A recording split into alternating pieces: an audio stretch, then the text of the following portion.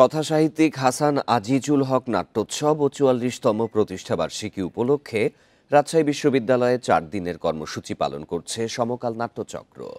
শুক্রবার সন্ধ্যায় শুরু হয় ৩ দিনের নাট্যোৎসব। প্রথম দিনে মঞ্চস্থ হয় আলোচিত নাটক শাইলক অ্যান্ড সিকোফ্যান্টস। সন্ধ্যা ৭টায় রাজশাহী বিশ্ববিদ্যালয়ে টিএসসি মিলনায়তনে নাটকটি মঞ্চস্থ করে সমকাল নাট্যচক্র। এতে ক্ষমতার লোভে শোষণের মধ্য দিয়ে সাম্রাজ্য প্রতিষ্ঠার চেষ্টা এবং সাম্রাজ্যবাদ ও পুঁজিবাদের চেহারা তুলে ধরা হয়। আগামী রবি ও সোমবার ৭টি নাটক মঞ্চস্থ করবে কয়েকটি নাট্যদল। মঙ্গলবার সমকাল নাট্যচক্রের প্রতিষ্ঠাবার্ষিকী উদযাপনের মধ্য দিয়ে শেষ হবে এবছরের আয়োজন।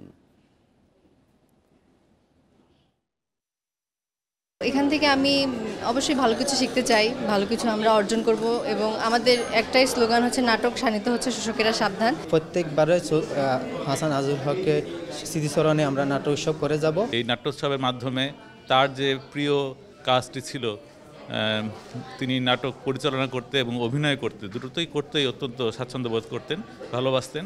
তো সেই কাজটি যে ধারাবাহিকতায় এখনও এগিয়ে চলেছে, এজন্য আমি তাদেরকে আবারও ধন্যবাদ জানাচ্ছি।